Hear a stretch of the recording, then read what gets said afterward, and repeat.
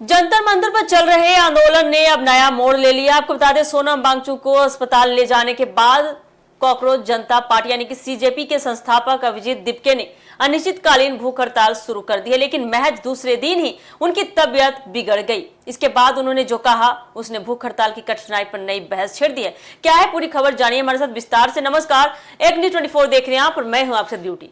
नई दिल्ली के जंतर मंतर पर केंद्रीय शिक्षा मंत्री धर्मेंद्र प्रधान के इस्तीफे की मांग को लेकर कॉकरोच जनता पार्टी का प्रदर्शन लगातार। कई वामपंथी छात्र संगठनों का भी समर्थन मिल रहा है। प्रदर्शन में शामिल कुछ छात्र पहले से ही भूख हड़ताल पर बैठे हैं। इसी बीच आंदोलन को उस समय नया मोड़ मिला जब एक्टिविस्ट सोनम वांगचुक को स्वास्थ्य संबंधी कारणों से दिल्ली पुलिस सफदरगंज अस्पताल लेकर गई।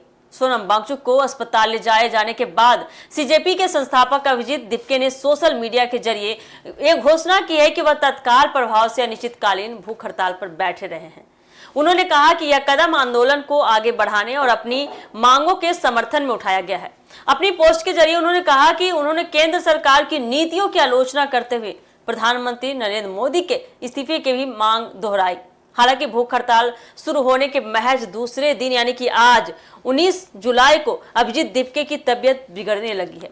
रविवार 19 जुलाई को उन्होंने सोशल मीडिया पर लिखा है कि अब उन्हें महसूस हो रहा है कि भूख हड़ताल करना जितना बाहर से आसान दिखाई देता है, वास्तव में उतना आसान बिल्कुल भी नहीं होता है। उन्होंने कहा कि शरीर पर इसका असर बहुत जल्दी दिखाई देने लगता है और दूसरे ही दिन उन्हें कमजोरी महसूस होने लगी।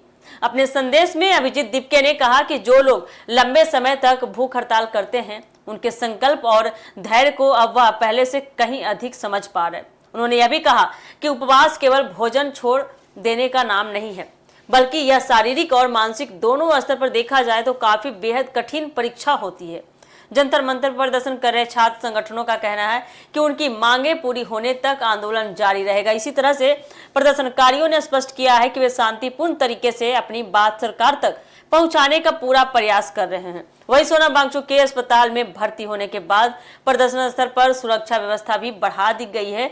इस पूरे घटनाक्रम के बीच सोशल मीडिया पर भी भूख हड़ताल को लेकर बहस काफी तेज हो चुकी है। कुछ लोग अभिजीत दिपके के बयान को भूख हड़ताल की वास्तविक कठिनाई का अनुभव बता रहे हैं, जबकि कई लोग आंदोलन और उसकी मांगों पर अपनी अपनी राय रख रहे हैं। अभिजीत दिपके ने साफ किया है कि तबीयत बिगड़ने के बावजूद वह अपनी भूख हड़ताल जारी रखेंगे। वही प्रशासन की ओर से उनकी स्वास्थ्य स्थिति पर नजर रखी जा रही है।